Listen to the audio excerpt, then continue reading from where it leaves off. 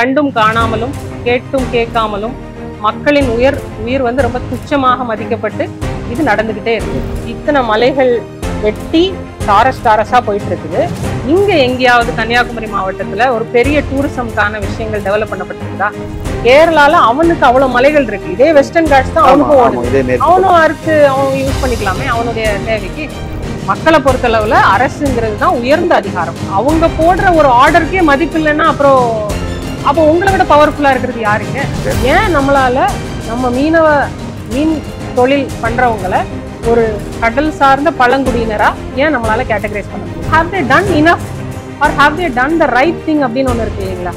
அந்த இடத்துல வந்து இட்ஸ் அ டிபேட்டபிள் பாயிண்ட். நிறைய விஷயங்கள் மக்களுடைய கோரிக்கைகளா வாங்கப்படுது. ஆனா அது அடுத்த கட்டத்துக்கு எடுத்து போகப்படுதா? நம்ம மக்களுடைய மனங்கள் வந்து மழுங்கடிக்கப்பட்டிருக்கு. We fail to teach them how to think. என் போட்டுகள் வந்து பிடிக்கப்படுது, என் மீனவன் சுட்டு கொல்லப்படுறான், எதுக்குமே ஒரு இல்லை அப்படின்னா உனக்கு வலிக்கல அப்படின்னா எப்படி எனக்கானவனா இருக்கு? சகோதரி வணக்கம், எப்படி இருக்கிறீங்க? வணக்கம், அருமையா இருக்கேன். நீங்க எப்படி இருக்கீங்க? ரொம்ப நல்லா இருக்கேன். கேட்டதுக்கு நன்றி. ஓகே, டு ஸ்டார்ட் வித் ஸ்ட்ரெயிட்டாவே கண்டென்ட்ல போயிடலாம். உங்களோட ப்ரொஃபஷன் பார்த்தோம்னா நீங்க you have worked at a very big corporate level. அதுவும் ஐ திங்க் நீங்க லாஸ்ட்டாக ஒர்க் பண்ண கம்பெனி சாம்சங் நினைக்கிறேன், if I'm not wrong, and that comes under the Fortune 100 company. So இது ஒரு டிஃப்ரெண்ட்டான ஒரு உலகம், சரிங்களா? கார்பரேட் லேடர் அப்படிங்கிறது ஒரு டிஃப்ரெண்ட்டான உலகம். அங்கேருந்து பாலிடிக்ஸ். அப்போ பாலிடிக்ஸ்ன்னு சொல்லும்போது குறிப்பாக நாம் தமிழர் கட்சி. இப்போ நாம் தமிழர் கட்சினாலே நம்ம எல்லாருக்கும் தெரியும், பல பேர் அதை ஒரு பிரிவினைவாத கட்சியாக பார்க்குறாங்க. இல்லை பல பேர் வந்து இந்த தத்துவம் வந்து பொய், இல்லை இந்த தத்துவம்லாம் எடுபடாது அப்படிங்கிற பார்க்குறாங்க. அதுவும் குறிப்பாக இந்த சோ கால் லிட்ரேட்ஸ் என்னை பொறுத்த வரைக்கும் படிப்பு வேறு எஜுகேஷன் வேறு அப்படிங்கிற ஒரு பிலீஃப் சிஸ்டம் எனக்கு உண்டு. ஸோ அந்த இடத்துல இருந்து பார்க்கும் பொழுது இந்த ஒரு உலகத்தில், அதுவும் you were settled in abroad, right? அதையெல்லாம் தாண்டி நீங்கள் கணவன் மனைவியாக நீங்கள் நாம் தமிழர் கட்சிக்குள்ளே முதல்ல வந்தது எப்படி, என்ன படிச்சிருக்கிறீங்க, அப்புறம் நாம் தமிழர் கட்சிக்குள்ளே வந்தது எப்படி, குறிப்பாக இந்த அரசியலில் உங்களை எது ஈர்த்தது? நான் வந்து என்னுடைய இளமை கால பருவத்துல இருந்தே ஆரம்பிக்கலாம்னு நினைக்கிறேன். இது ஒரு தளமா இருக்கும் நிறைய பேருக்கு அது தெரியறதுக்கு. நான் பிறந்து வளர்ந்தது எல்லாமே வந்து கன்னியாகுமரியில தான். என்னுடைய உறவுகள், ஊர் எல்லாமே இந்த கன்னியாகுமரி மாவட்டத்துல கன்னியாகுமரி அப்படிங்கிற ஊர் தான். நான் 12th வரைக்கும் படித்தது கேந்திரா, விவேகானந்த கேந்திர வித்யாலயாவில் தான் 12th வரைக்கும் படித்தேன். அதுக்கப்புறம் பார்த்தீங்கன்னா ஒரு நார்மலான ஒரு டிப்பிக்கல் மிடில் கிளாஸ் ஃபேமிலி அப்படின்னு தான் நான் சொல்லுவேன். அப்போ அந்த மிடில் கிளாஸ் ஃபேமிலியில் இருக்கிற ஒரு டிரைவிங் ஃபோர்ஸ் இருக்கும். அதாவது 1991க்கு அப்புறம் குளோபலைசேஷனுக்கு அப்புறம் பார்த்தீங்கன்னா எல்லா ஃபேமிலிஸ்லேயுமே வந்து நல்லா படிக்கணும், நல்ல மார்க் வாங்கணும், நல்ல வேலைக்கு போகணும், நல்ல வேலைக்கு போய் நல்லா சம்பாதிச்சு நல்ல குடும்பத்தை பார்க்கணும், இப்படிங்கிற அந்த ஒரு சர்க்கிள், லைஃப் சர்க்கிள் வந்து அப்படிதான் டிஃபைன் பண்ணப்பட்டுச்சு. அதில் நானும் விதிவிலக்கு இல்லை. நான் வந்து district 3rd rank holder 10th ஸ்டாண்டர்டில். ஸோ அதே டேஞ்சென்ட்ல தான் 12th முடித்தோம். 12th முடிச்சதுக்கப்புறம் இன்ஜினியரிங் இன் காருண்யா இன்ஸ்டியூட்டில் 4 years பண்ணேன். அதுக்கப்புறம் ICFI அப்படிங்கிற பிஸ்னஸ் ஸ்கூலில் வந்து MBA in sales and marketing பண்ணேன். I got placed in one of the top 10 companies, software companies in Chennai. ஒரு பேங்கிங் வெர்டிக்கல்ல இருக்கிற ஒரு கம்பெனி.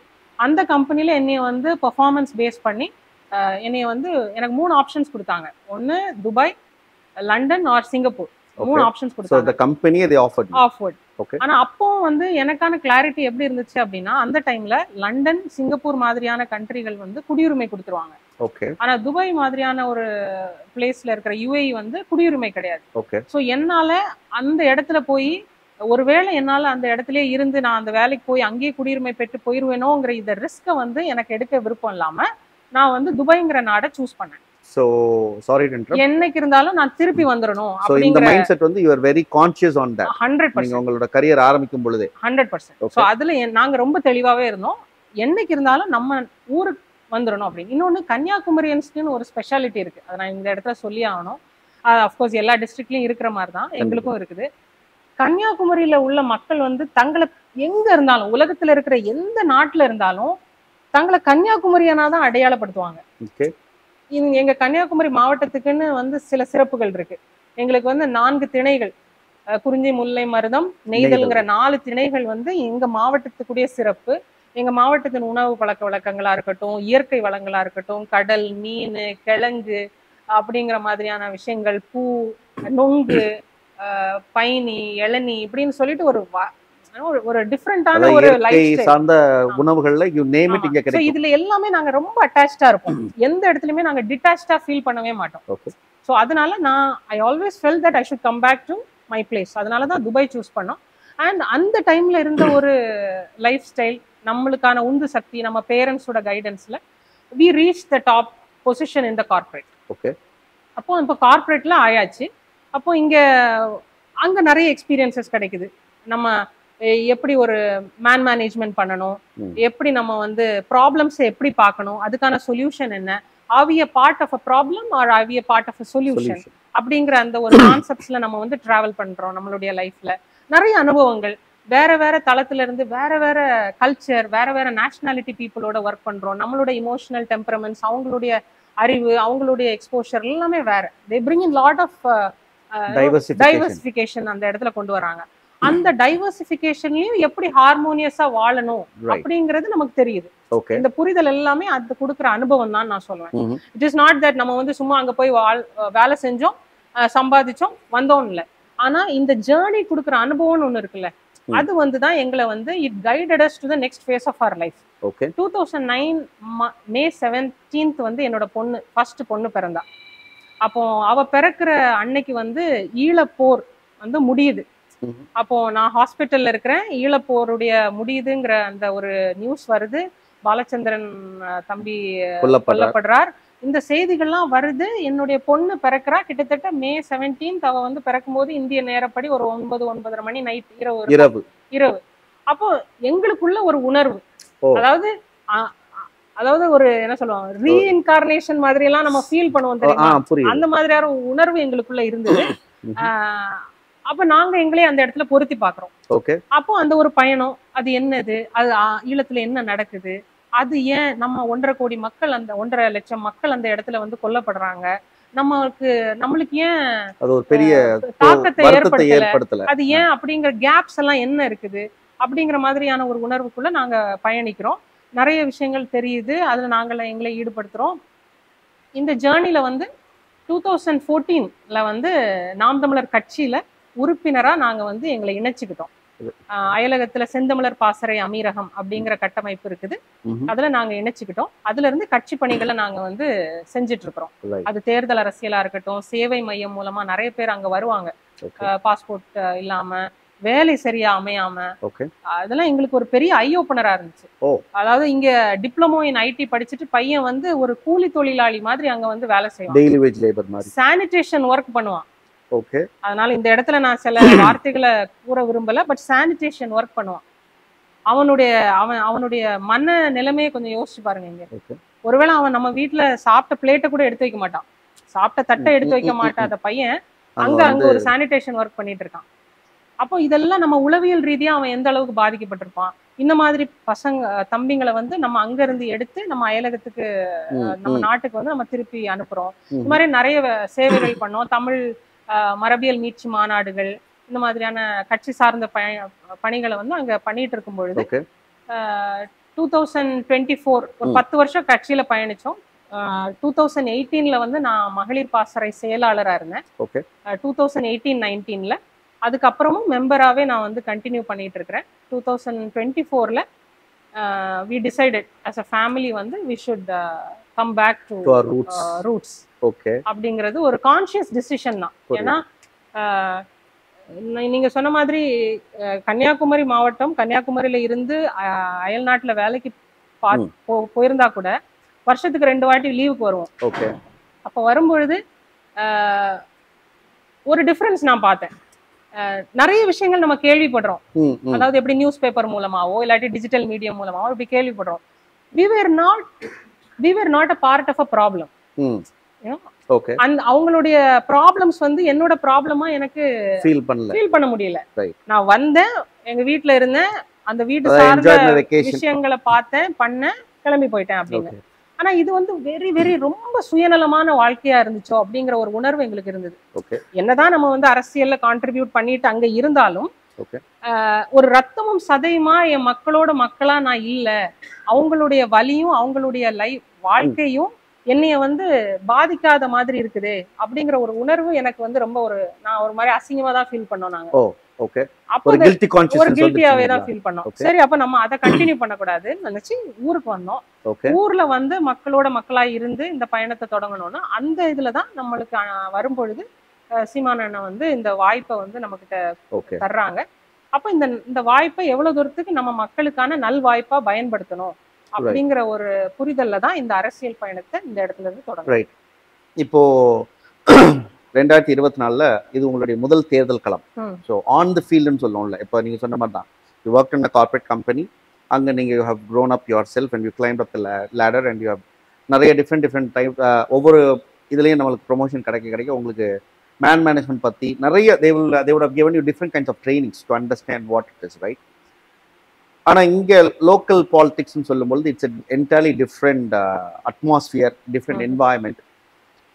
அப்போது வந்த உடனே நீங்கள் வந்து ஒரு எம்பி இதாக நிற்கும் பொழுது, குறிப்பாக கன்னியாகுமரின்னு சொல்லும் பொழுது, இன்னைக்கு தினமும் பார்த்தோன்னு வச்சுக்கோங்களேன், ஜஸ்ட் நீங்கள் ஏதாவது ஒரு நியூஸை பார்த்தீங்க, எங்கேயாவது ஒரு நியூஸ் எடுத்து நம்ம படிச்சோம்னாலே இந்த கனிம வள கொள்ளை, இது இல்லாத ஒரு செய்தி நாள் இல்லைன்னு சொல்லலாம். லாஸ்ட் 1 to 2 இயர்ஸாக பார்த்தீங்கன்னா every single day somewhere or the other இந்த நியூஸ் பப்ளிஷ் ஆகிட்டே இருக்கு.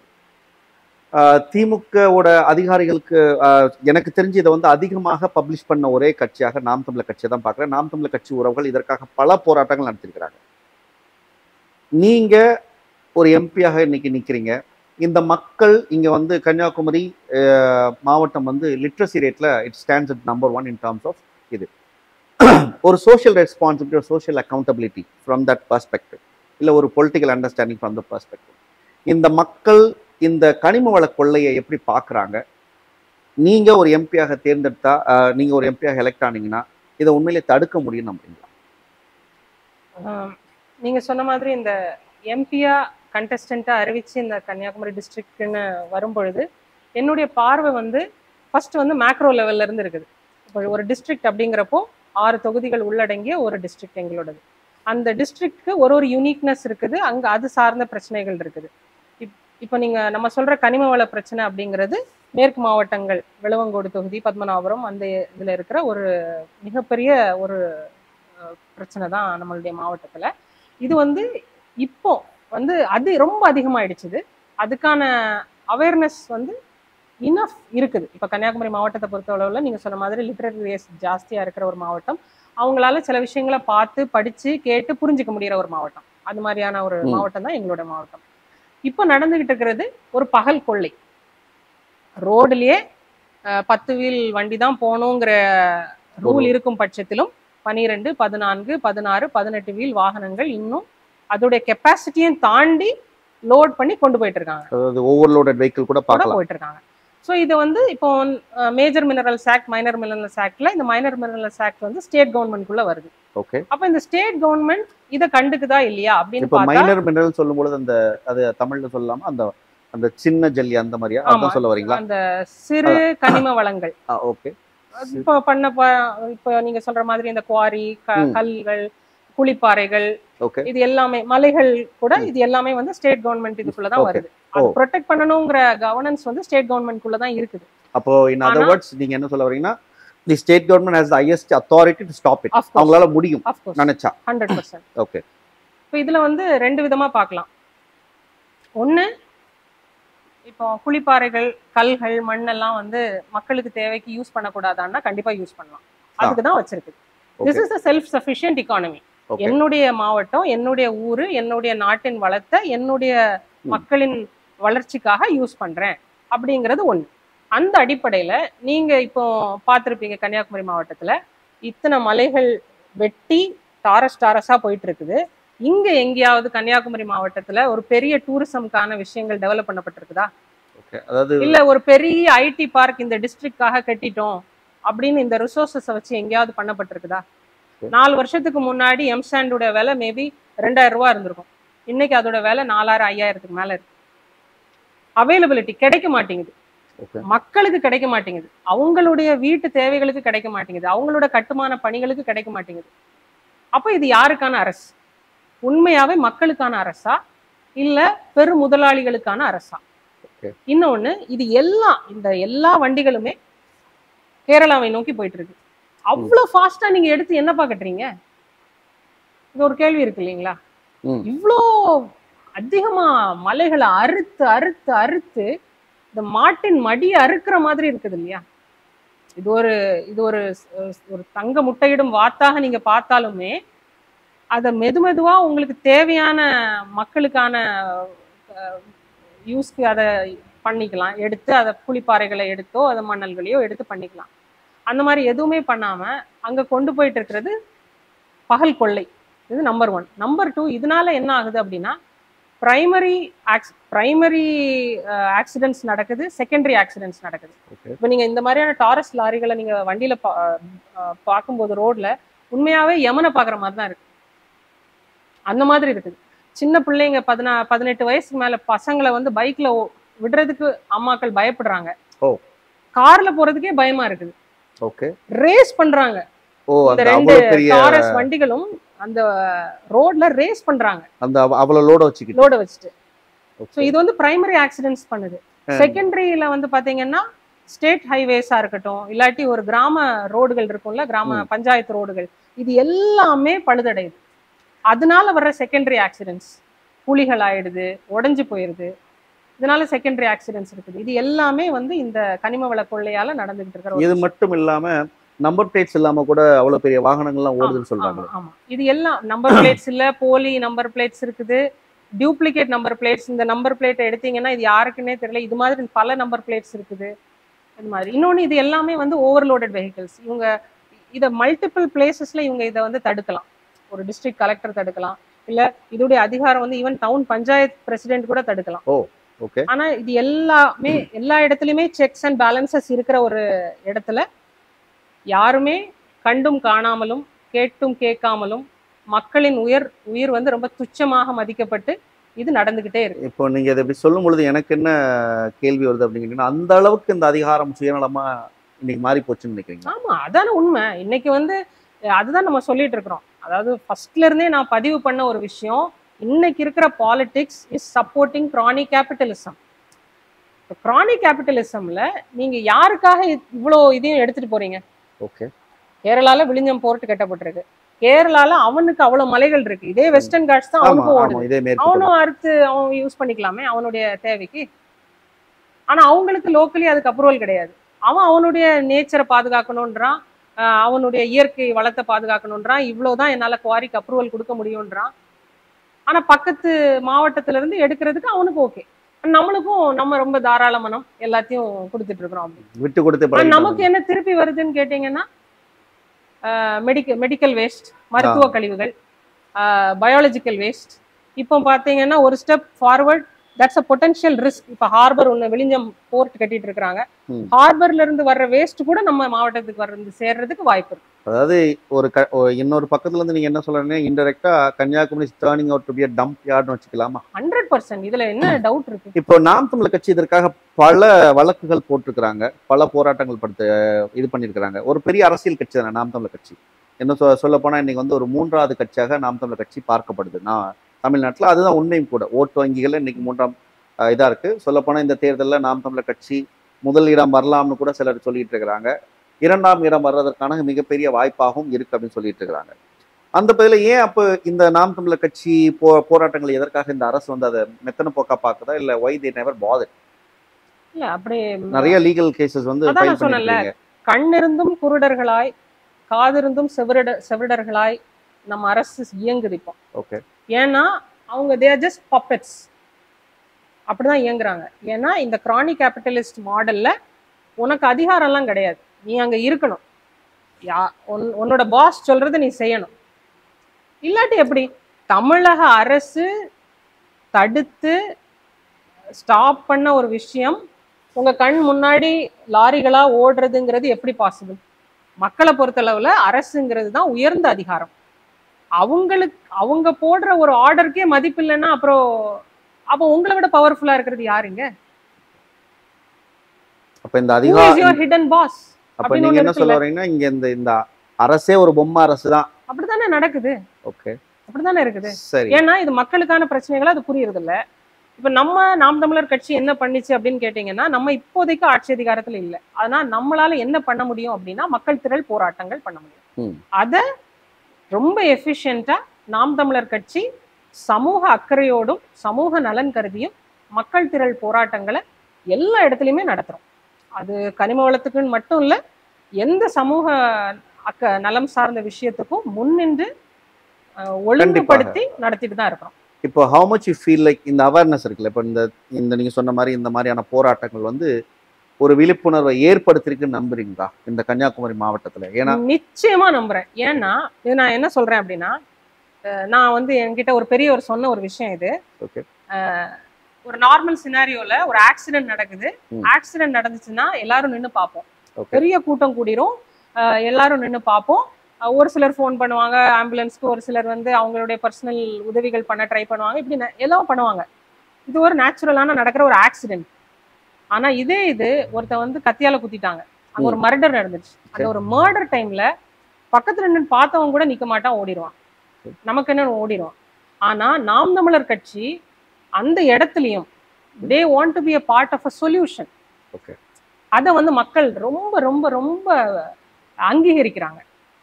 அவங்களால அந்த இடத்துல நின்னு போராட முடியல, என்னால வீதிக்கு வந்து போராட முடியல. கன்னியாகுமரி மாவட்டத்துல நிறைய think tanks, there are a lot of think tanks.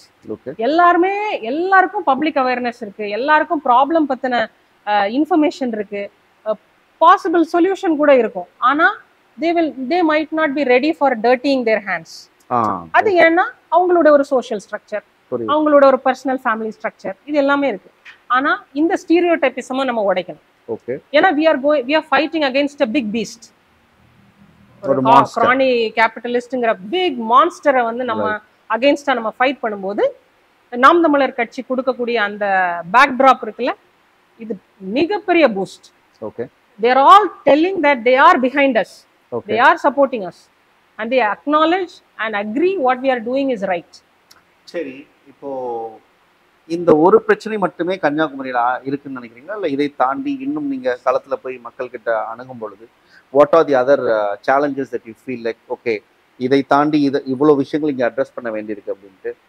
அது ரெண்டு விஷயம் இதுல பார்க்கலாம். ஒண்ணு வந்து அடிப்படையான சோஷியல் ஸ்ட்ரக்சர்ல அவங்களுடைய வாழ்வாதாரம், அவங்களுக்குன்னு ஒரு தொழில், அவங்களுக்குன்னு இருக்கிற வாழ்வாதாரம் இருக்குல்ல, அதுல சேலஞ்சஸ் இருக்கு.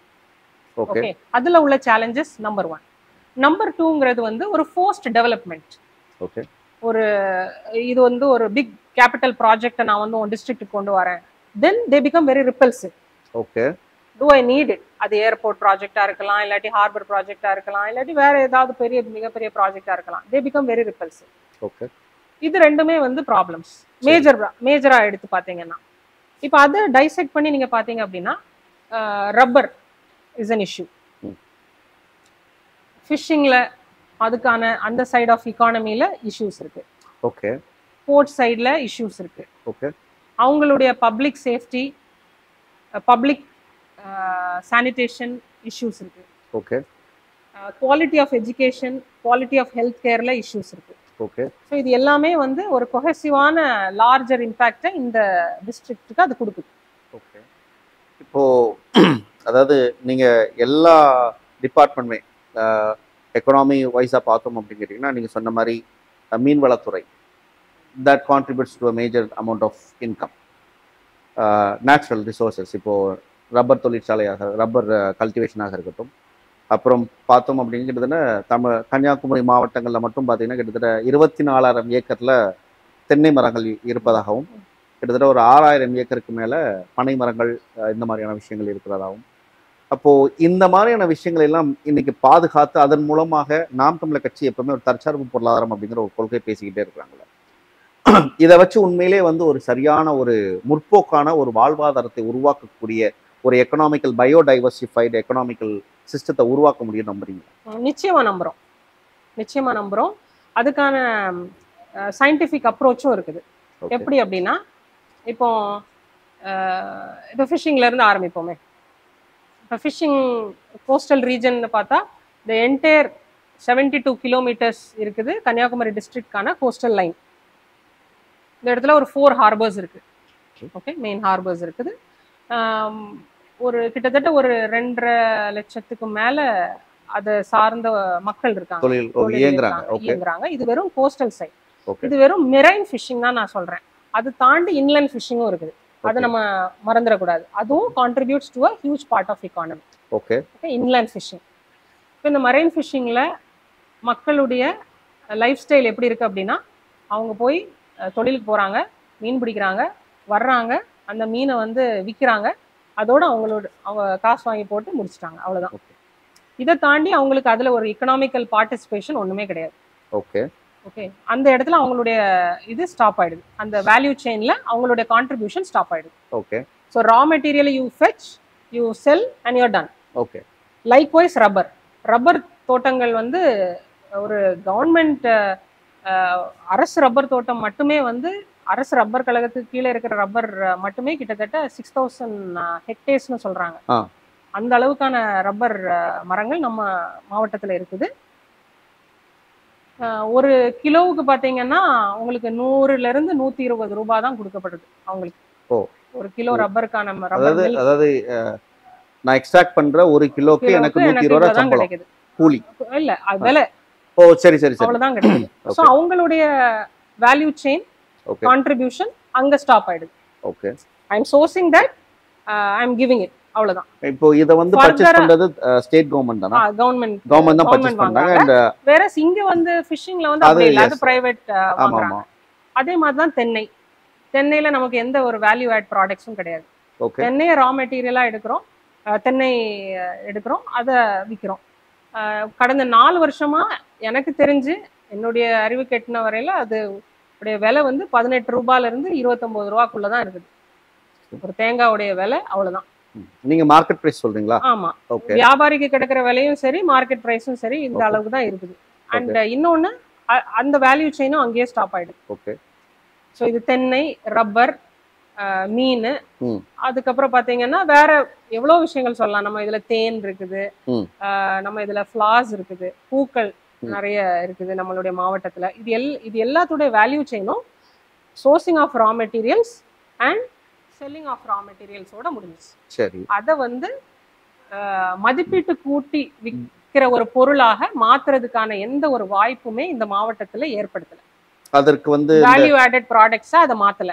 இந்த சொசைட்டி அந்த என்ன சொல்லுவாங்க, அந்த குழுக்கள்னு சொல்லுவாங்களா, அந்த மாதிரியான நிறைய சிறு தொழில்கள் இங்க பெரிய அளவுல இல்ல. ரொம்ப சின்ன சின்ன இடங்கள்ல இருக்குது. அதை வந்து ஒரு ஆர்கனைஸ்ட் இண்டஸ்ட்ரியா வந்து எஸ்டாப்ளிஷ் பண்ணி ஒரு 5000 பேருக்கு வேலை கொடுத்தோம் அப்படிங்கிற மாதிரியான ஒரு கான்செப்ட்ல இன்னும் இல்லை. ஓகே, ஸோ அது வந்து பண்ண முடியுமா அப்படின்னு கேட்டா நிச்சயம் பண்ண முடியும். ஓகே, அது தற்சார்பு பொருளாதாரத்துல பண்ண முடியுமானா நிச்சயம் பண்ண முடியும். ஓகே, அதை கேபிட்டலிசம்ல பண்ண முடியுமான்னு கேட்டா அதுவும் நிச்சயம் பண்ண முடியும். ஓகே, எப்படி பண்ண முடியும் அப்படின்னா, இப்போ ஃபார் எக்ஸாம்பிள் வந்து இப்போ ஃபிஷ் இருக்குன்னு வச்சுப்போமே, இல்லை ஃபிஷ்ஷை விட்டுருங்க, இப்போ தென்னை மரங்கள் இருக்கு, இல்லாட்டி தென்னையை எடுத்துப்போம். இப்போ தென்னையை எடுக்கிறோம், அந்த தென்னையை எடுத்துட்டு அதுக்கு அடுத்ததுக்கான ப்ராசஸிங் இண்டஸ்ட்ரின்னு ஒன்று இருக்கு இல்லைங்களா. Either you are doing a processing, or if you are making a product you make a reprocessing industry. இப்போ கேஷ்யூஸ் எல்லாம் எடுத்துக்கிட்டீங்கன்னா எங்க டிஸ்ட்ரிக்ட்ல வந்து it is more of a reprocessing industry தான். Okay, cashew is yearly once crop. அதனால அதோடைய supply செயினுடைய இதுல நமக்கு வந்து நிறைய ரீப்ராசஸிங் இண்டஸ்ட்ரீஸ் இருக்குது. இங்க சின்ன சின்ன இதெல்லாம் இயங்குது. அது எல்லாத்தையும் நம்ம கன்சாலிடேட் பண்ணி ஒரு பெரிய ஒரு இண்டஸ்ட்ரியா நம்ம மாத்துறதுக்கான வாய்ப்பு இருக்கு. இப்போ இந்த வேல்யூ செயின் அடிஷனல் பண்றதுக்கான இண்டஸ்ட்ரீஸ் பண்ணும்போது what we propose is a public participation with government involvement. Okay, அந்த மாதிரி ஒரு கான்செப்ட்ல நீங்க எடுத்துட்டு போனீங்க அப்படின்னா, இப்போ ஒரு பட்ஜெட் ஃபார் அன் இண்டஸ்ட்ரி இருக்கு அப்படின்னா, then the district people will contribute as a part of public participation, and then there will be a share from the government. So that becomes an investment there. So, and then you employ the local skills. Okay, and then other related நீங்க ஸ்கில்ல develop பண்றீங்க.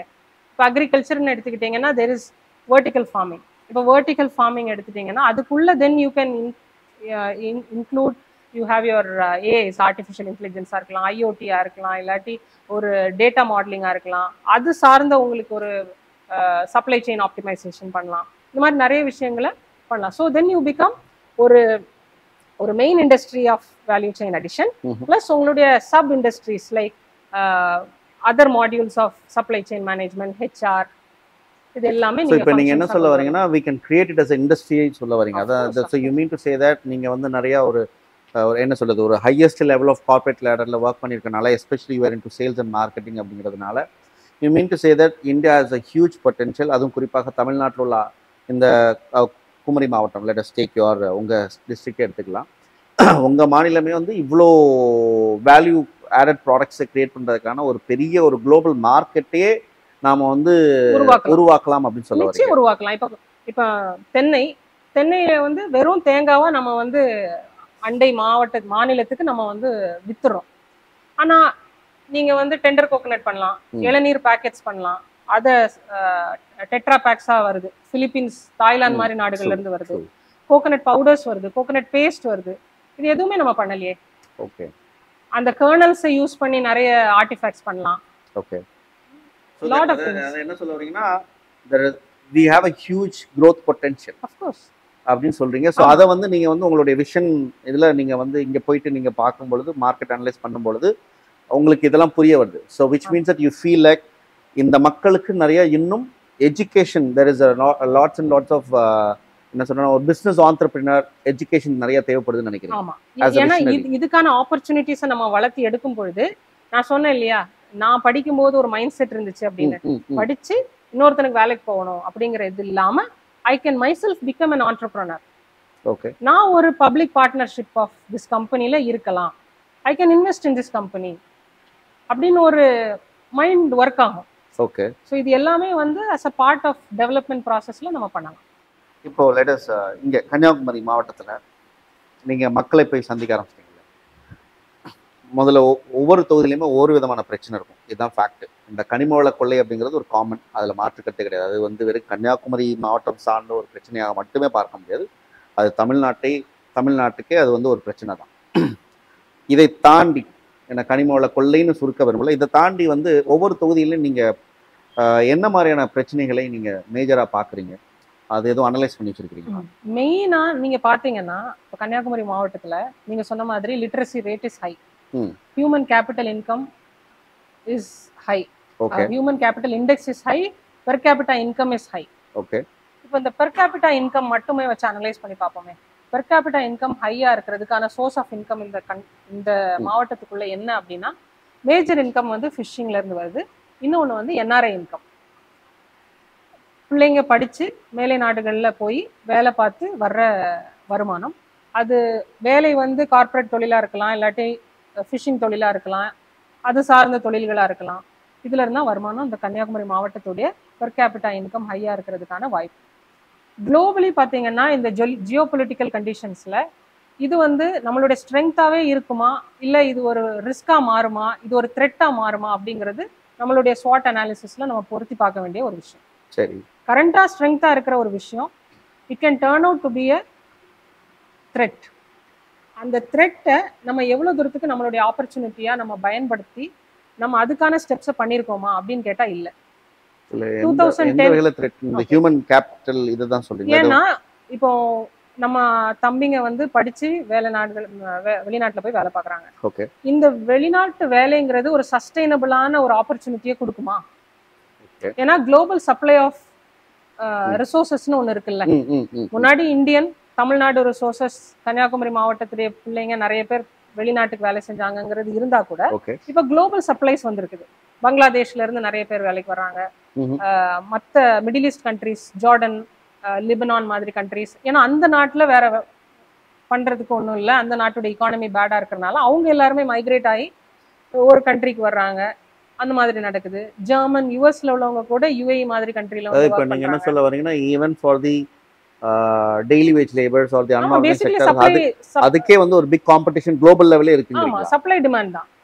ஏன்னா supply has increased there considerably considering in the last 10-15 years. Okay. So அதனால தான் இப்போ இருக்கிற ஒரு strength of per capita income futureல it can be a potential threat for us.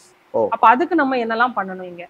நம்ம இங்க நம்மளுடைய ஹியூமன் கேபிட்டல் டெவலப்மெண்ட் அதை நம்ம எப்படி என்ன மாதிரியான ஒரு ஃபியூச்சரிஸ்டிக் பிளான் வச்சிருக்கிறோம். ஒரு குவாலிட்டி எஜுகேஷனா இருக்கட்டும், நம்மளுடைய டெக்னாலஜிக்கல் எஜுகேஷன்ஸ் நம்ம கன்னியாகுமரி மாவட்டத்துல இருக்குதா, அதுக்கான என்ன குவாலிட்டியில இருக்கு, அதுக்கான ஸ்டாஃப்ஸ் என்ன இருக்குது, நம்மளுக்கு R&D சென்டர்ஸ் இருக்குதா. Okay. we don't have any major research centers here. ஓ. ஸோ இது எல்லாமே வந்து அந்த சார்ந்த ஒரு டெவலப்மெண்ட்டாக பார்க்குறேன். இன்னொன்று பேசிக் லைஃப்னு ஒன்று இருக்குல்ல. இப்போ நம்ம நீங்கள் சொன்னீங்கன்னா இந்த குமரி மாவட்டத்தில் மல்டிபிள் ப்ராப்ளம்ஸ் இருக்குது. இப்போ மீனவ சமுதாயத்துக்குன்னு ஒரு ப்ராப்ளம் இருக்குது. இப்போ மீனவ சமுதாயத்தில் கடல்ல இருந்து 500 மீட்டர்ஸ்க்குள்ளே இருக்கிற எந்த வீடுகளுக்குமே அப்ரூவல் கிடையாது, பிளான் அப்ரூவல் கிடையாது. அப்படிங்கிற ஒரு ப்ராப்ளம் இருக்குது. சரி. ஏன் அது கொடுக்குறதுல என்ன பிரச்சனை அப்படின்னு ஒன்று இருக்குல்ல. Then other business units, hotels இருக்குது, மற்ற பிஸ்னஸஸ்க்கு எல்லாமே வந்து அப்ரூவல் எடுத்து ரன் பண்ணிட்டு இருக்கிற டைமில் இவங்களுக்கெல்லாம் ஏன் அதுக்கான அப்ரூவல் கொடுக்கல. இன்னொன்று பார்த்தீங்கன்னா மீனவ சமுதாயத்தில் இருக்கிற மக்கள் வந்து அவங்க என்ன மீன் தொழில் தான் அவங்க பண்ணிக்கிட்டே இருக்கணுமா? ஓகே. ஏன் அவங்களால ஒரு கலெக்டராவோ இல்லாட்டி ஒரு IPS ஆஃபீஸராவோ இல்லாட்டி ஒரு கவர்மெண்ட் ஜாப்ஸ்லயோ ஏன் அதிகமா பிளேஸ் பண்ண முடியல? இல்ல இப்போ நான் இங்க என்ன ஒரு கலெக்டர்ங்கிறது ஒரு இல்ல நான் சொல்றது வந்து அந்த கவர்மெண்ட் செக்டார்ஸ்ல இருக்கிற ஜாப் ஆப்பர்ச்சுனிட்டிஸ் ஏன் இவங்களால ஃபிட் பண்ண முடியல அப்படின்னு கேட்டீங்க அப்படின்னா, ஃபர்ஸ்ட் ஆஃப் ஆல் அவங்களுக்கு கிடைக்கிற educational exposure is very less. Okay. Second of all அவங்களுக்கு இருக்கிற ரிசர்வேஷன்ஸ். ஓகே. ஏன் நம்மளால நம்ம மீன் தொழில் பண்றவங்களை ஒரு கடல் சார்ந்த பழங்குடியினரா ஏன் நம்மளால கேட்டகரைஸ் பண்ண முடியல? ஓகே. இப்ப மலைவாழ் மக்கள் பழங்குடியினரா இருக்காங்க. மீனவங்கிறவங்க வந்து ஒரு கடல் பழங்குடியினர் தான். அவங்க ஒரிஜினலி கடல் பழங்குடியினர், இவங்களே பழங்குடியினரா மாத்தணும் பண்ணணும் அப்படின்னா அவங்களுக்கான அந்த ஆப்பர்ச்சுனிட்டிஸ் வந்து இன்னும் அதிகமாகும். when you balance the social system. Okay. அப்ப என்னன்னா இது சார்ந்த தொழில் மட்டுமே பண்ணிட்டு இருக்கணும்ங்கிற அவசியம் இல்லை. ஒண்ணு. இன்னொன்னு நிறைய விஷயங்கள் இருக்கு அதை சார்ந்து. அவங்களுக்கான தங்கு தொழில் ப்ராப்ளம்ஸ் இருக்குது. தங்கு தொழில் கிடையாது அவங்களுக்கு. தரைத்தளங்கள், தங்கு தளங்கள்னு சொல்லுவாங்க, அதுக்கான இதுகள் இல்லை, ப்ராப்பரான இது இல்லை. பாதுகாப்பு தளங்கள் கிடையாது. ஹெலிகாப்டர் பேஸ் கொண்டு வர்றோம்னு சொல்றாங்க.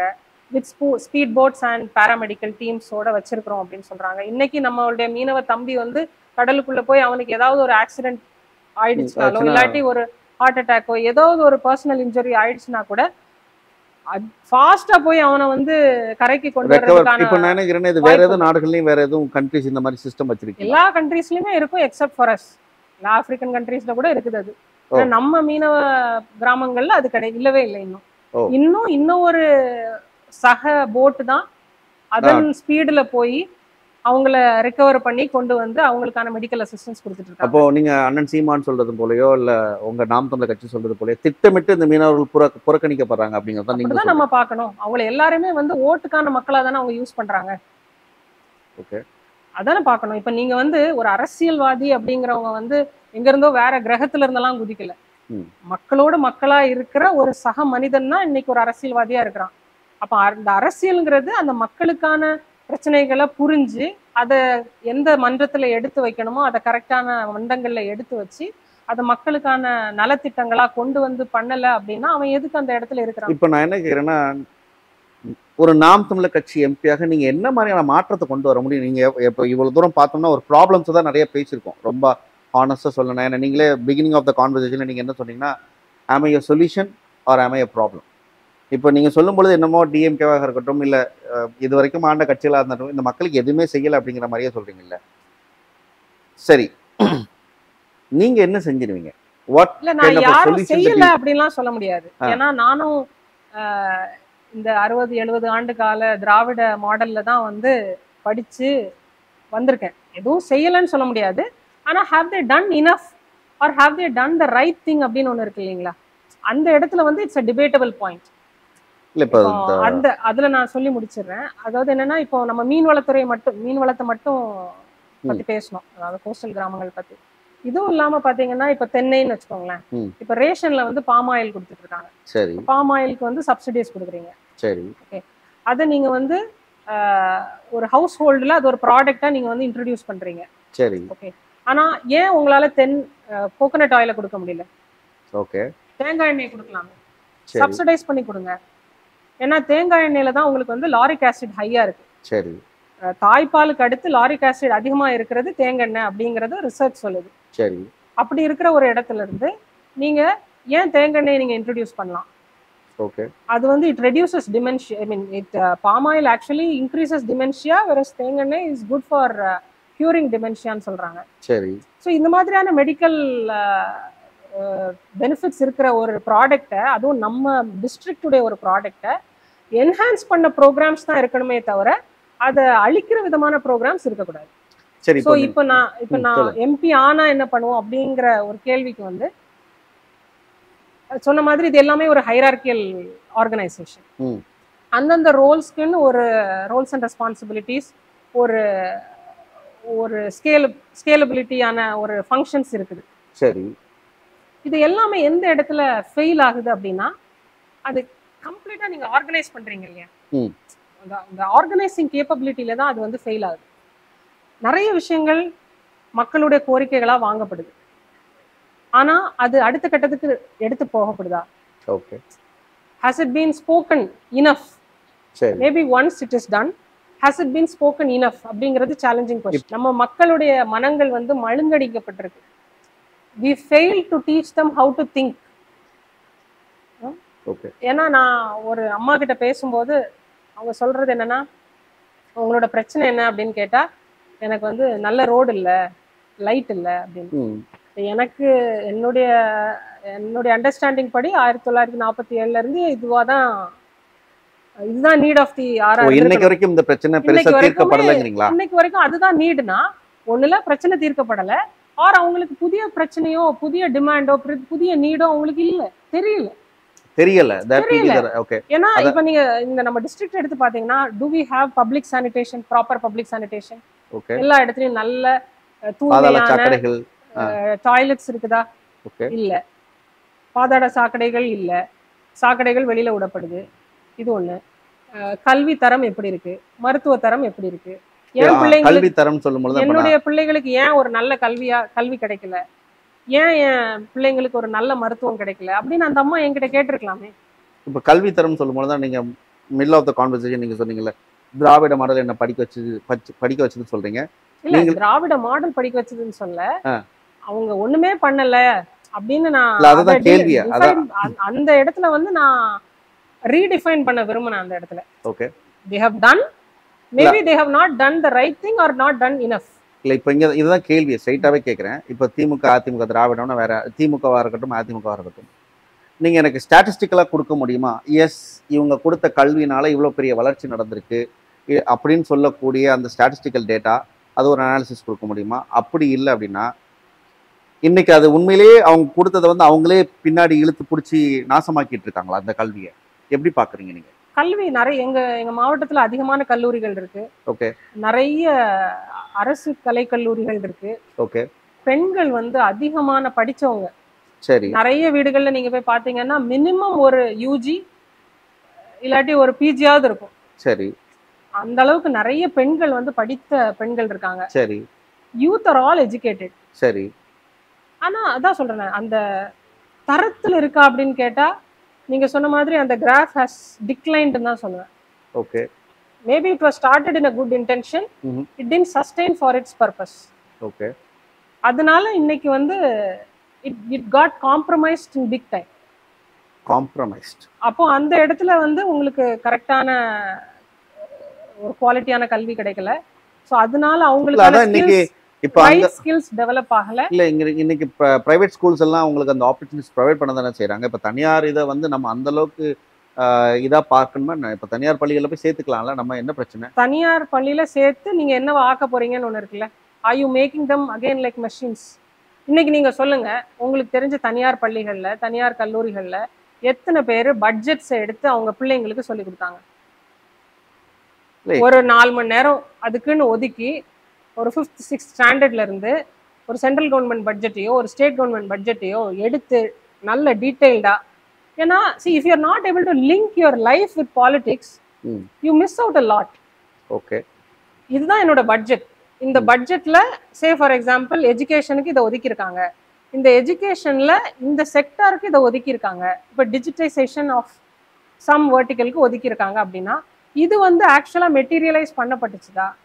இது சேனலைஸ் பண்ணி ஸ்டேட்டுக்கு இல்ல அது ஒரு காமன் மேனோட வேலையே இல்லையே. எல்லா காமன் மேனும் அதை எடுத்துட்டு நீங்க என்ன, நான் என்ன கேக்குறேன்னா, அப்ப தெரியல ஒவ்வொரு தனி மனிதனுக்கும் வாழ்க்கையில ஓட வேண்டிய ஒரு ஒரு கட்டத்துல இருக்கிறோம்ல. இப்ப நீங்களுமே ஃபர்ஸ்ட் ஆஃப் ஆல் ஒரு இண்டிவிஜுவலா நான் உங்களையும் பார்ப்போம், என்னையும் பார்ப்போம். நம்ம எல்லாருமே எதையோ நோக்கி ஓடிட்டு தானே இருக்க போறோம். அந்த இடத்துல வந்து இப்ப நீங்க சொல்ற மாதிரி ஒரு எல்லா காமன் மேனையும் எஜுகேட் பண்ண முடியுமானா முடியாது இல்ல. தட் இஸ் நாட் அது அது practically it is next impossible இல்ல. அதுதானே சிஸ்டம்ஸ் இருக்குல்ல. see you want or not is different. see இப்போ நான் ஓடுறேன்னு சொல்றீங்க, நானும் நீங்களும் டான்ஜென்ஷியலி ஆப்போசிட் சைடுல ஓடிட்டு இருந்தோம்னு வைங்களேன், we don't arrive at a point. இப்போ இங்க அப்படிதான் நடந்துட்டு இருக்கு. என்னோட ஓட்டம் எதை நோக்கி ஓடுறோன்னே தெரியாது, அரசு எனக்கான அரசா இயங்குதான்னு எனக்கு தெரியல.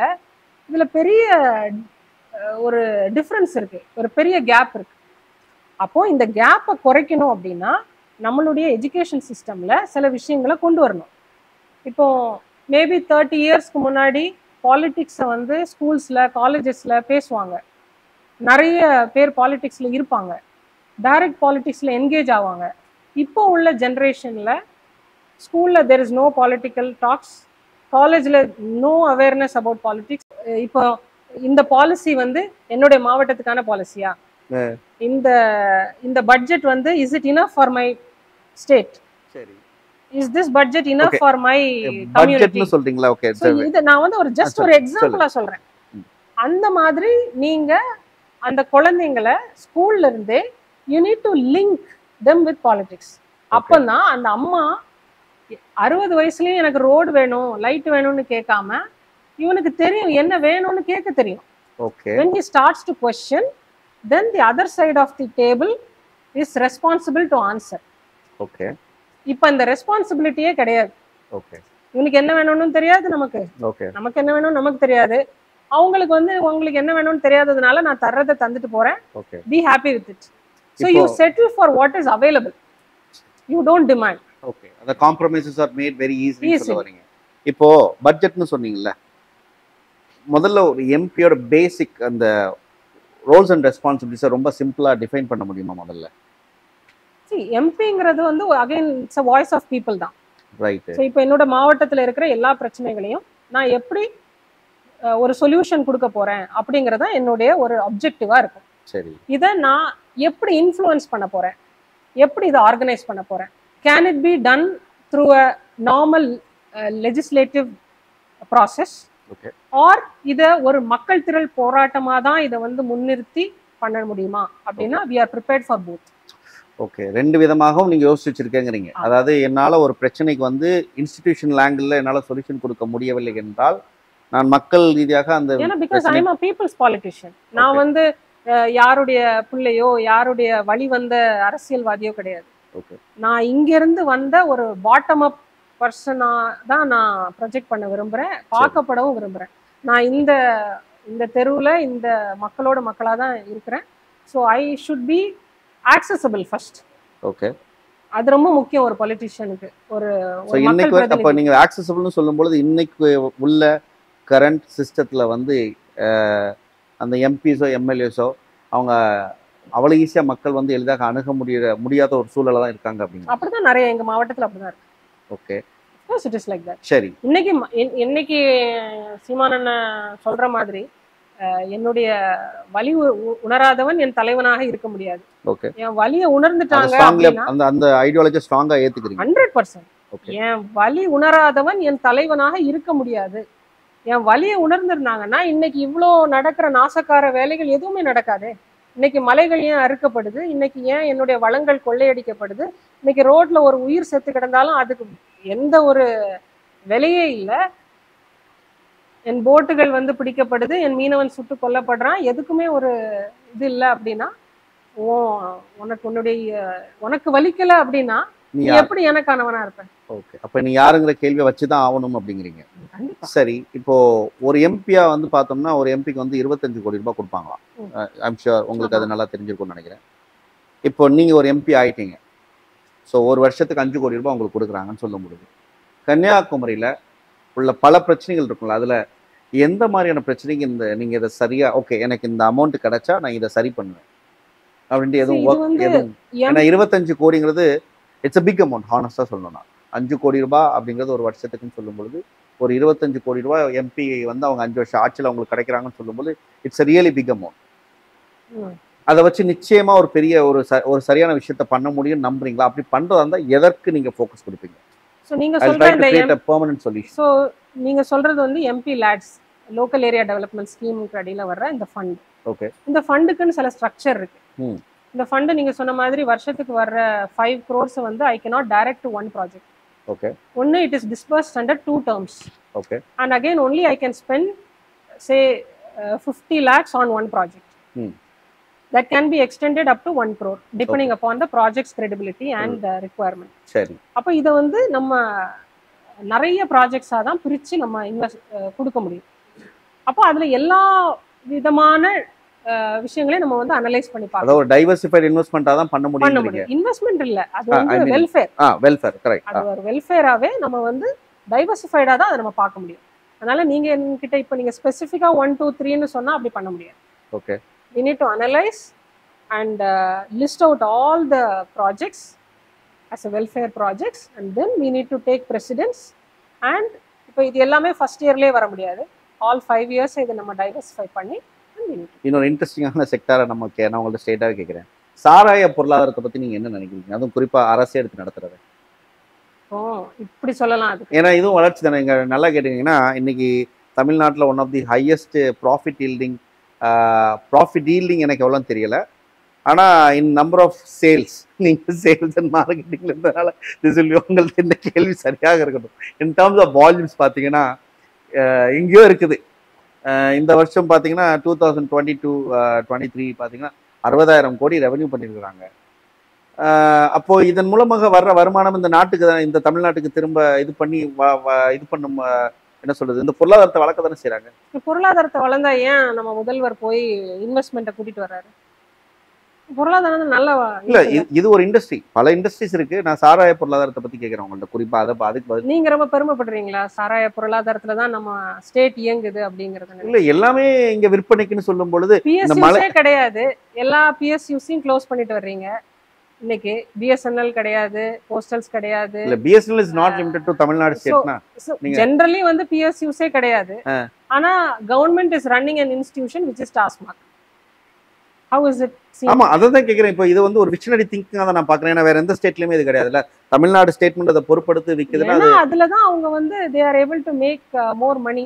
அதான் கேக்குறேன். சோ இங்க வந்து கவர்மெண்ட் அதை ரன் பண்ணுது அப்படின்னா, இப்போ கவர்மெண்ட் வந்து பீப்புள்ஸ் கவர்மெண்டா இருந்ததுன்னா இது நடக்காது. இல்ல, இப்ப இதுல இருந்து மறுபடியும் இங்க மத்த மானியத்தை கொடுக்குறாங்கல்ல, மத்த இதுக்கு மானியமா கொடுக்குறாங்கல்ல வர்ற வருமானத்துல.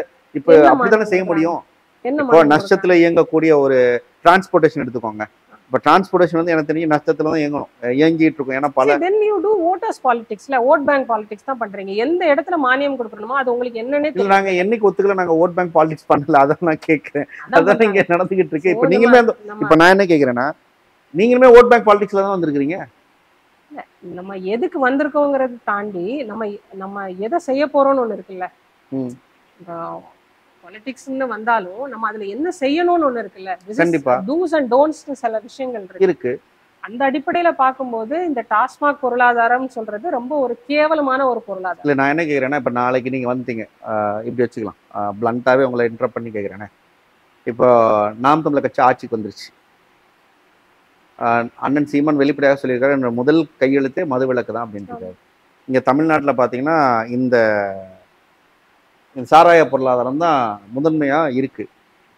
இப்போ நீங்க இதை க்ளோஸ் பண்ணிட்டீங்கன்னா மிகப்பெரிய ஒரு பொருளாதார சிக்கல் ஸ்டேட்டுக்கு வரும். ஏற்கனவே ஸ்டேட் வந்து எத்தனை லட்சம் கோடி, எனக்கு இந்த முரண்பாடு புரியல. அது நீங்க விளக்கம் கொடுக்குறீங்களான்னு பார்க்கலாம். அதாவது ஒரு பக்கம் நிறைய இன்வெஸ்ட்மெண்ட்டை கொண்டு வர்றாங்கன்னு சொல்றாங்க, வளர்ச்சிக்காக கொண்டு வரேன்னு சொல்றாங்க.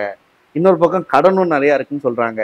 இன்னொரு பக்கம் சாராயத்தை வித்து நிறைய காசு வருதுன்னு சொல்றாங்க. எனக்கு இந்த மூணு அப்ப நீங்களே தான் அதுக்கு பதில் எனக்கு குழப்பமா இருக்குது. எங்கேயோ ஒரு இடத்துல வியாபாரம் நடக்குது, பணம் வருது, ஆனா அந்த பணம் நாட்டுக்குள்ள வருது, வேற எங்கேயோ போகுதுன்னா அப்ப நீங்க தான் அதுக்கு பதில் சொல்லணும். சோ நம்ம இப்ப இப்படி சொல்லலாம். அதுல ஒரு ப்ராப்பரான கவர்னன்ஸ் இல்ல, ஒரு டிரான்ஸ்பரண்டான ஒரு கவர்னன்ஸ் இல்ல, ஒரு கவர்மெண்ட் இல்ல, மக்களுக்கான கவர்மெண்ட்டும் இல்ல, பெருமைப்படுற அளவுக்கு என் கவர்மெண்ட்டும் இல்ல. ஓகே, இது எல்லாத்தையும் நம்ம மாத்துறோம்.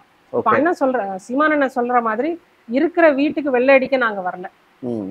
அடிப்படை மாற்றம் அரசியல் மாற்றம், இருக்கிறத இடிச்சிட்டு புதுசா கட்டுறோம். ம்.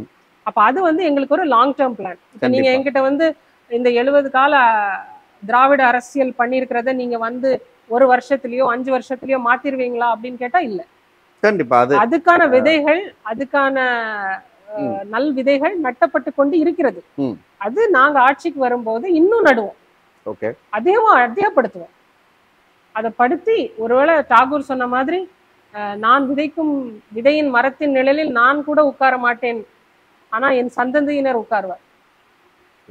ஆனா அந்த ஒரு பொலிட்டிக்கல் விஷன்ல தான் நம்ம வந்து டிராவல் பண்ணிட்டு இருக்கோம். அதாவது அஹ், ஒரு ஸ்ட்ராங் விஷன் வச்சிருக்கிறீங்க அப்படிங்கிறதுல எனக்கு மாற்று கருத்து கிடையாது. இன்னொரு ஆழமான புரிதலும் வச்சிருக்கிறீங்க, மாற்று கருத்து கிடையாது. அப்போ அந்த இடத்துல இருந்து பார்க்கும் பொழுது கன்னியாகுமரியோட மிக முக்கியமான இன்னொரு சோர்ஸ் ஆஃப் செக்டார் வைஸாக நம்ம பேசணும். பிஸ்னஸ் ஆங்கிள்லேருந்து பார்த்தோம், பொருளாதாரத்துலேருந்து பார்த்தோம்னா துபாய் நீங்கள் இருந்திருக்கிறீங்க. குளோபலி பார்த்தீங்கன்னா துபாய் வந்து ஒரு centre of attraction for world tourist. உலகத்தில் வந்து பல பேருக்குமே துபாயை ஒரு வாட்டியாவது பார்த்துட்டு போகணுன்ட்டு ஒரு எண்ணம் உண்டு. அந்த அளவுக்கு துபாய் வந்து ஒரு முக்கியமான பகுதியாக பார்க்கப்படுது. கன்னியாகுமரியும் அதே மாதிரி தான். தென் தமிழகம் அப்படின்னாலே கன்னியாகுமரிக்குன்னு ஒரு தனியாக ஒரு பார்வை உண்டு. அதான் சொன்னேன், நானே வந்து கன்னியாகுமரி ரொம்ப அழகா இருக்கு. அதாவது இந்த பக்கம் கடல், இந்த பக்கம் அழகா தென்னை மரங்கள், அப்புறம் குளங்கள், அதை நல்ல தண்ணி, அந்த லேக்ஸ், இதெல்லாம் பார்க்கும் பொழுது உண்மையிலே யாருக்குமே அதை என்ன சொல்றது, no one will be able to turn a blind eye. அதை அந்த அழகை ரசிக்க முடியாமல் போகவே முடியாது. அப்போ அதே அந்த இடத்துல இருந்து பார்க்கும் பொழுது பார்த்தோம் அப்படின்னு கேட்டிங்கன்னா உண்மையிலே ஒரு ஹியூஜ் பொட்டென்ஷியல் ஃபார் டூரிசம்க்கு ஒரு மிகப்பெரிய ஆப்பர்ச்சுனிட்டி இருக்குது அப்படிங்கிறதுல மாற்று கருத்தே கிடையாது. இந்த இடத்துல இன்னைக்குள்ள எக்ஸிஸ்டிங் கவர்மெண்ட், இந்த டிஎம்கேவாக இருக்கட்டும், இல்லை யார் ஆண்டிருந்தாலும் சரி, அது மத்திய அரசு மாநில அரசு, இவங்களாம் அதை பெருசாக கேபிட்டலைஸ் பண்ணலன்னு நினைக்கிறீங்களா?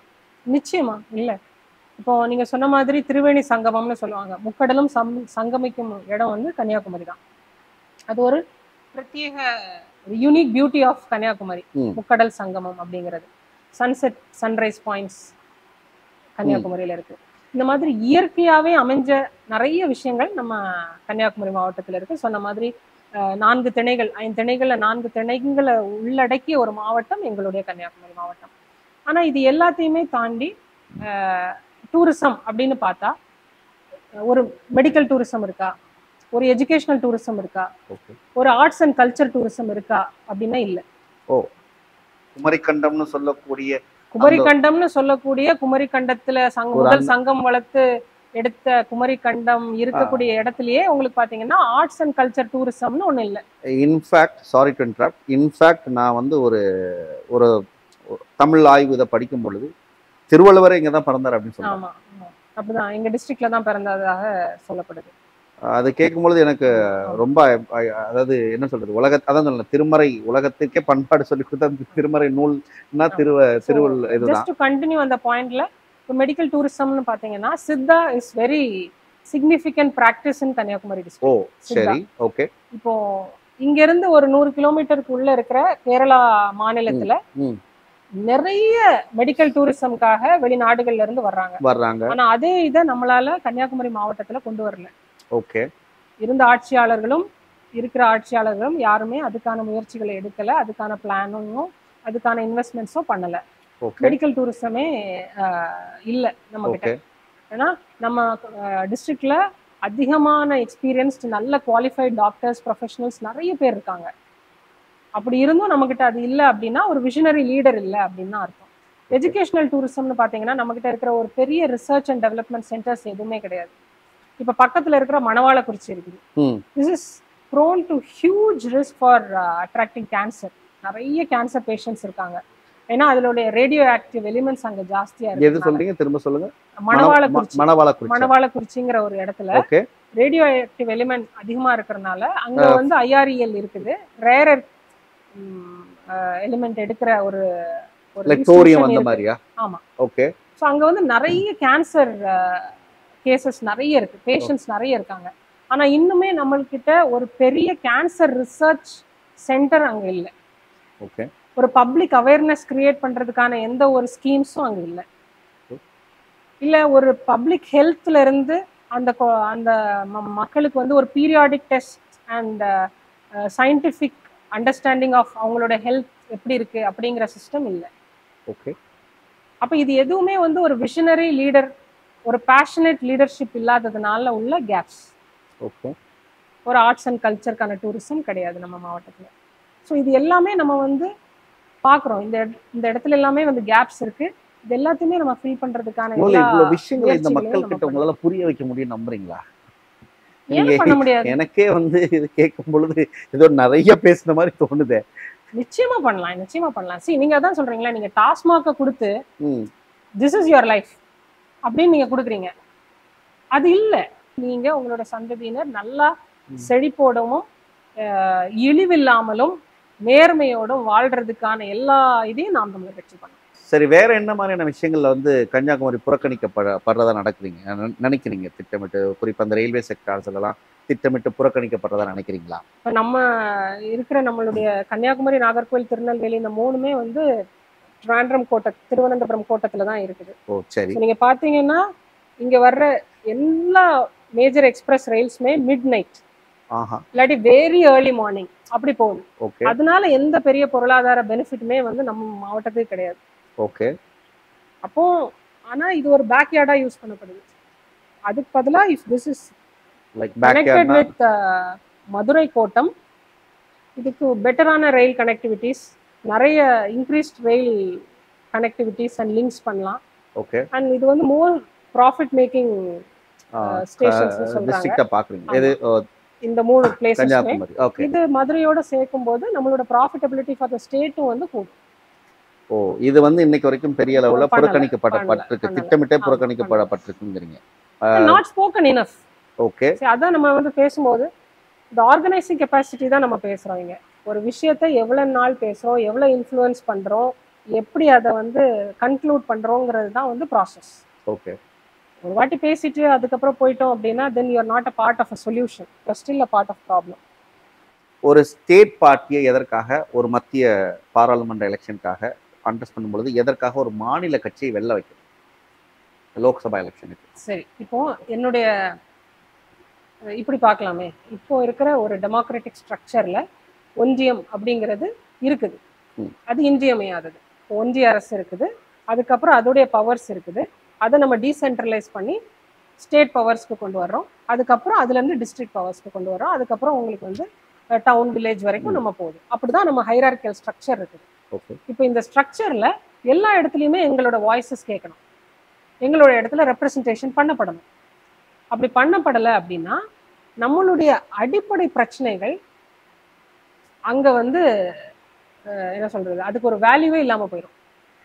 அதுதான் இங்க உள்ள ப்ராப்ளமே. இப்போ நம்ம நார்மலான ஜென்ரலா ஒரு பப்ளிக் ஒப்பீனியன் இருக்கும் அப்படின்னா ஸ்டேட் பார்ட்டிஸ் வந்து நேஷனல்ல போனா எங்களுக்கு என்ன பெனிஃபிட் அப்படின்னு இப்படி பாருங்களேன். உங்களுக்காக பேசாத ஒருவன் அங்க இருந்து உங்களுக்கு என்ன பெனிஃபிட்? இப்ப நேஷனல் குரலாவது கொடுக்கணும்ல. அப்ப அந்த அடிப்படையில நீங்க யோசிங்க, is this person my right contestant to represent me? நான் வந்து உங்களுடைய ஒரு முகம், உங்களுடைய ஒரு வலி, அப்படி பாருங்க, உங்களோட ஒரு தேவை, உங்களுடைய ஒரு குரல், அப்படி நீங்க பாத்தீங்க அப்படின்னா தான் really do you need this person there அப்படிங்கிறது தெரியும். இன்னைக்கு நம்ம கிட்ட இருக்கிற மேஜர் ப்ராப்ளம் வந்து ஒரு கனிம வள கொள்ளை. இந்த கனிம வள கொள்ளையில போத் நேஷனல் பார்ட்டியும் இருக்குது, ஸ்டேட் பார்ட்டியும் ஈக்குவலி இன்வால்வ். ஆனா பொறுப்பு துறப்பு, nobody wants to take the responsibility. நேஷனல்கிட்ட கேட்டா ஸ்டேட்ஸ் ப்ராப்ளம்ன்றான், ஸ்டேட்ஸ்ல கேட்டா நேஷனல் ப்ராப்ளம்னு சொல்றான். ஸோ இப்போ இந்த இடத்துல ஒரு தூய அரசியல் முன்னெடுக்கிற நாம் தமிழர் கட்சியின் வேட்பாளரா என்னால அதை எந்த ஒரு பேரியரும் இல்லாம ரெப்ரசன்ட் பண்ண முடியும். ஸோ அந்த அடிப்படையில தான் மக்கள் எங்களுக்கு ஓட் பண்ணணும் அப்படின்னு தைரியமா சண்டை போட முடியுங்கிறீங்க, எந்த ஒரு காம்ப்ரமைஸும் இல்லாம. ஓகே, சரி.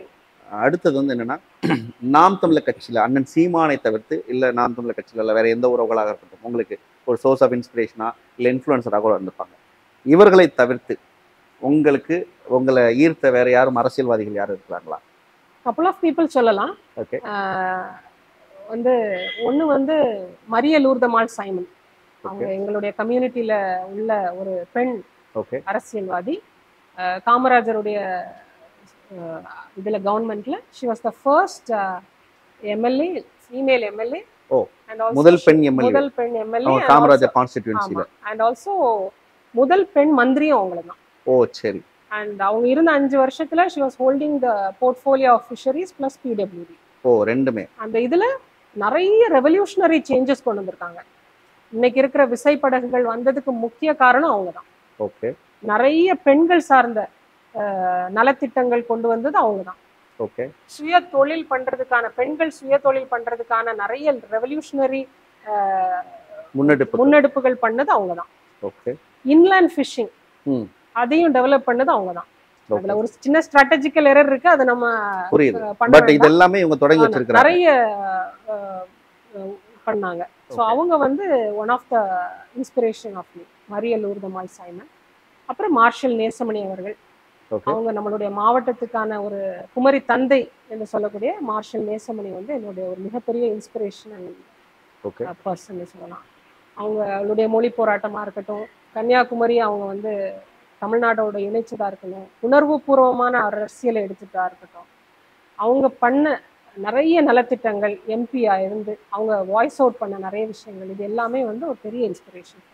இந்த மாதிரி விஷயம் வச்சிருக்கீங்க, இந்த மாதிரி ஃபோர்காஸ்டிங்லாம் பண்ணுறீங்க, அதெல்லாம் உங்களுடைய டெக்னிக்கல் ஸ்கில்லாக நான் பார்க்குறேன்.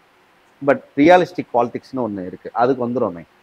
தமிழ்நாட்டோட யதார்த்த இது என்ன அப்படின்னு கேட்டிங்கன்னா, நீங்கள் சொன்ன மாதிரி, அதாவது நாம் தமிழர் கட்சிக்கும் மற்ற கட்சிகளுக்கும் உள்ள மிகப்பெரிய வித்தியாசம் என்னென்னா, இதை நான் நாம் தமிழர் கட்சி ஆதரவாளர்கள் மட்டும் சொல்ல, இயற்கையான ஒரு அண்டர்ஸ்டாண்டிங் வந்து என்னென்னா, நாம் தமிழர் கட்சி மட்டும்தான் ஒரு ஐடியாலஜி வச்சிருக்கிறாங்க, அதாவது தமிழ் தேசியம் அப்படிங்கிற ஒரு தத்துவம் பேசுகிறாங்க. இன்னொன்று, ஓட்டுக்கு 10 பைசா தரமாட்டேங்கிறாங்க. And to be very honest, நான் வந்து ஈரோடு தேர்தலில் போய் நான் நாம் தமிழர் கட்சியை நேராகவே இப்போ எக்ஸாமின் பண்ணேன். அதுக்கப்புறம் தான் ரொம்ப ஆழமாகவும் உள்ள இறங்க ஆரம்பித்தேன். 10 பைசா எங்கேயுமே கொடுக்கல. ஆனால் அங்கே நான் பார்த்த இன்னொரு விஷயம் என்ன அப்படின்னு கேட்டிங்கன்னா, ஈரோட்லலாம் லிட்ரலாக பீப்புள் வேர் லைக் ஒரு ஃப்ளாக்ஸ் ஆஃப் கோட்ஸ் மாதிரி, ஒரு எப்படின்னா வண்டியில் ஏற்றிட்டு போனாங்க. இதெல்லாம் நான் கண்ணால் பார்த்து என்னோட வீடியோவில் கூட பதிவு பண்ணியிருக்கேன். அதே மாதிரி சாயங்காலம் ஆயிடுச்சுன்னு வச்சுக்கோங்களேன், அந்த மக்கள் இருப்பாங்கல்ல, ஒரு 60 வயசுக்கு மேலே உள்ள, அந்த 50 வயசுக்கு மேலே உள்ள மக்கள்லாம் சாயங்காலம் ஆயிட்டாங்கன்னு வச்சுக்கோங்களேன், 7 மணிக்கு போவாங்க. அதாவது 4:30 to 6:30 அவங்க வந்து உள்ள உட்கார்ந்துட்டு 7 மணி ஆச்சுன்னா அவங்களுக்கு 500 ரூபாய். And it literally happen. இதை I have literally seen that in my eyes. இப்போ இந்த 2024 எலெக்ஷன், சரி, நான் இதை ஏற்கனவே என்னோட சேனலில் பதிவு பண்ணியிருக்கிறேன். என்னன்னா, 2024 எலெக்ஷனில் நாம் தமிழர் கட்சி எவ்வளோ வாக்குகள் வாங்க போகுதோ அதே பொறுத்து தான் 2026 எலெக்ஷன் வந்து இங்கே வந்து தேர்தல் களம் அமையும் அப்படிங்கிறது என்னுடைய பார்வை. இன்னைக்கு வரைக்கும் நாம் தமிழர் கட்சிக்கு ஓட்டு, அந்த சின்னம் கிடைக்குமா கிடைக்காதா அப்படின்ட்டு அது ஒரு அரசியல் ஒரு பக்கம், அது ஒரு கொஸ்டின் மார்க்.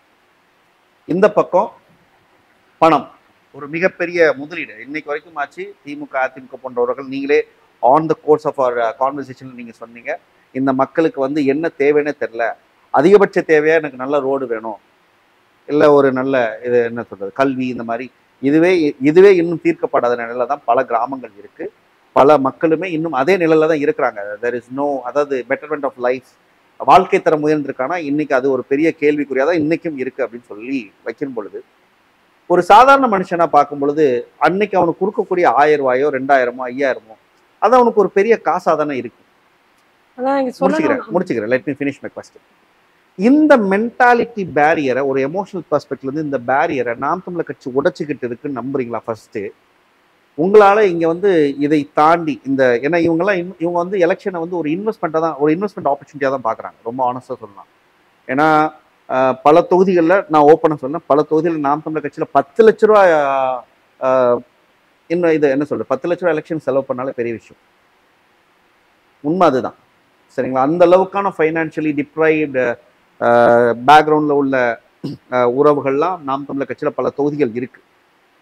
அப்போ இந்த ஒரு, ஆனால் இதே எந்த தொகுதியிலையுமே பார்த்தீங்கன்னா ஆளும் கட்சி வந்து மினிமம் 5 கோடி உள்ள பம்பின் பண்ணுவாங்க, மினிமம் 5 கோடி. இந்த சேலஞ்சஸ் உடச்சி உங்களால ஒரு வின்னிங் கேண்டிடேட்டா வர முடியும் நம்புறீங்க? நாங்க வந்து அரசியல் வியாபாரிகள் கிடையாது.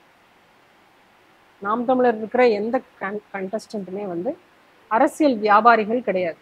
நீங்க அரசியலை ஒரு பிசினஸாவோ வியாபாரமாவோ பார்த்துட்டீங்க அப்படின்னா தான் நான் இன்வெஸ்ட் பண்ணேன். இல்ல இன்னைக்கு அப்படி வரைக்கும் அப்படிதானே பார்க்கப்படுதுங்க.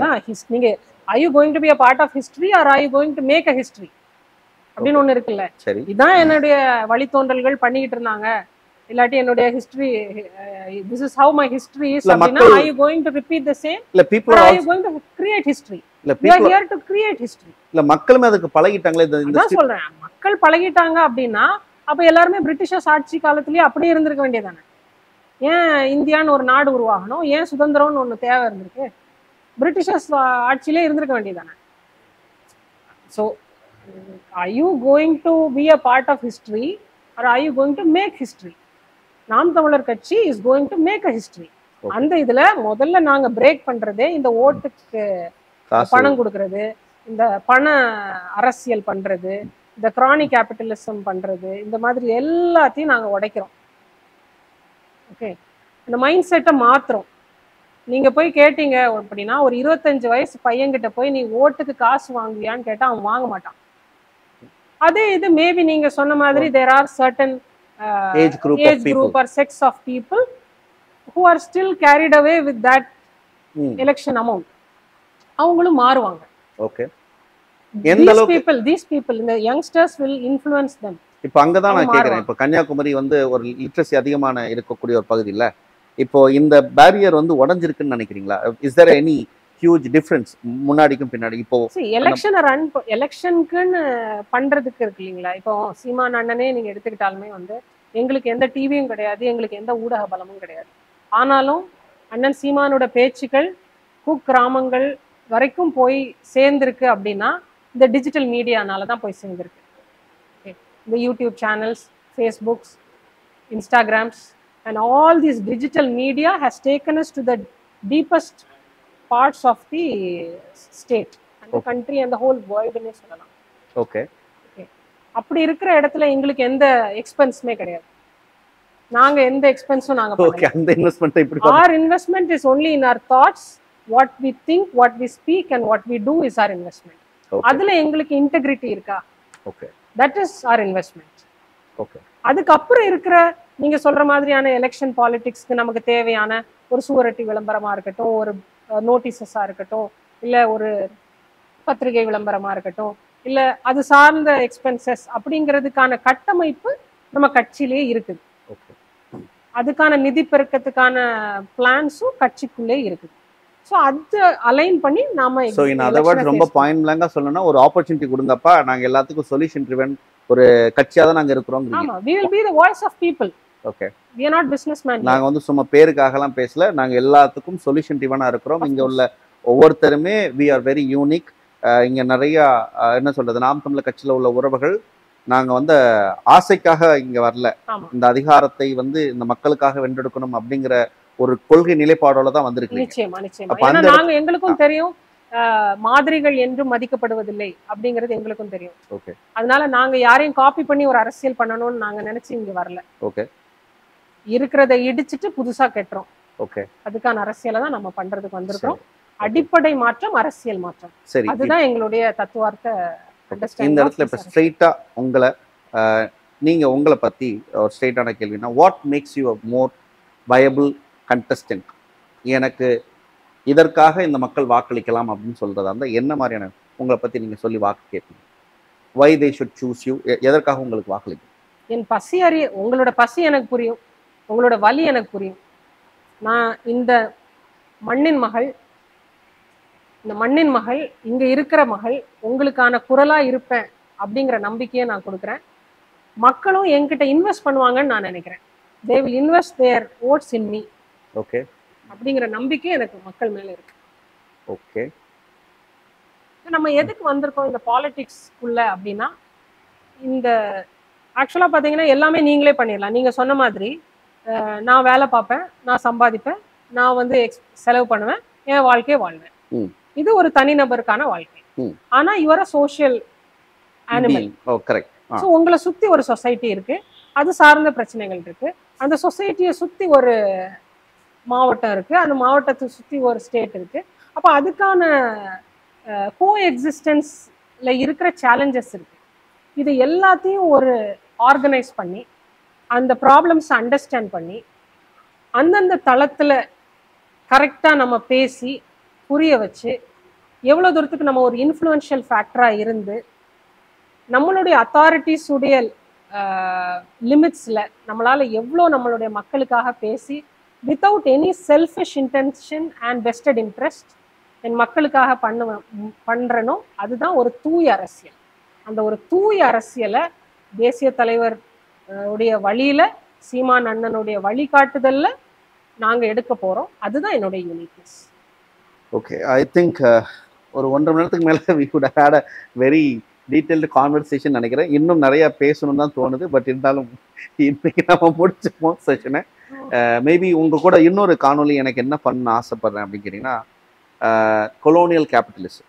இன்ஃபேக்ட் அது ரொம்ப ஒரு ஆழமான விஷயமா நான் பார்க்குறேன். அந்த ஆதிக்க, ஏன்னா அந்த பிரிட்டிஷர்ஸ் நீங்கள் சொன்னீங்களே, அவங்களும் நம்மளை ஆண்டாங்க. ஆனால் அது ஒரு வேறு விதமான ஒரு காலனி ஆதிக்கமாக இருந்துச்சு. ஆனால் இந்த முறை நீங்கள் சொல்லும்போது இந்த கொலோனியல் கேபிட்டலிசம் அப்படின்னு க்ரோனிக் கொலோனியல் கேபிட்டலிசம் அப்படின்னு சொல்லும்போது இதுவே ஒரு தனி சப்ஜெக்டாக நான் பார்க்குறேன்.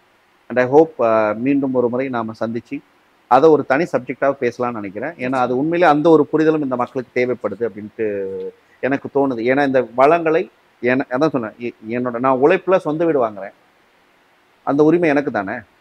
அதை நானா இன்னொருத்தனுக்கு விட்டு கொடுக்குறது ரெண்டாவது. ஆனால் என்னோட உழைப்புன்னு சொல்லும் பொழுது அப்போ அங்கே சமூகத்தில் மட்டும் என்னோட உழைப்பை நான் ஏன் பொருத்தி பார்க்க மாட்டேங்கிறேன்? இந்த கேள்வி தான் என்னை இன்னைக்கு வரைக்கும் தேட வைக்குது. ஸோ அந்த இடத்துல இன்னைக்கு நீங்கள் வந்து ஒரு ஹை பேயிங் ஜாப் சொல்ல போனால், அதான் சொன்னல, நீங்கள் யூ ஒர்க் வித், என்ன சொல்கிறது, you are not a local citizen, you are a global citizen. அதில் இடத்துல இன்னைக்கு நீங்கள் இந்த மண்ணின் இந்த மண்ணின் மைந்தனாக, இந்த மக்களில் ஒருவராக, என்ன சொல்றது, இந்த மண்ணின் மகளாக வந்து நிற்கிறேன்னு சொல்றீங்கல்ல. ஸோ அது இந்த மக்கள் சரியாக புரிஞ்சுப்பாங்க நானும் எதிர்பார்க்குறேன். அது போக உங்களுடைய அறிவு, உங்களுடைய ஆற்றல், அது இந்த மக்கள் அதையும் ஏற்றுப்பாங்கன்னு நம்புகிறேன். ஸோ என்ன சொல்றது, இந்த முறை இந்த 2024 பாராளுமன்ற எலெக்ஷன் உங்களுக்கு ஒரு சரியான அனுபவத்தை மட்டுமில்ல, ஒரு வெற்றியும் கொடுக்க நான் நம்புகிறேன். நேரம் கொடுத்ததுக்கு நன்றி. மீண்டும் இன்னொரு முறை சந்திப்போம். நன்றி, வணக்கம். நன்றி, வணக்கம்.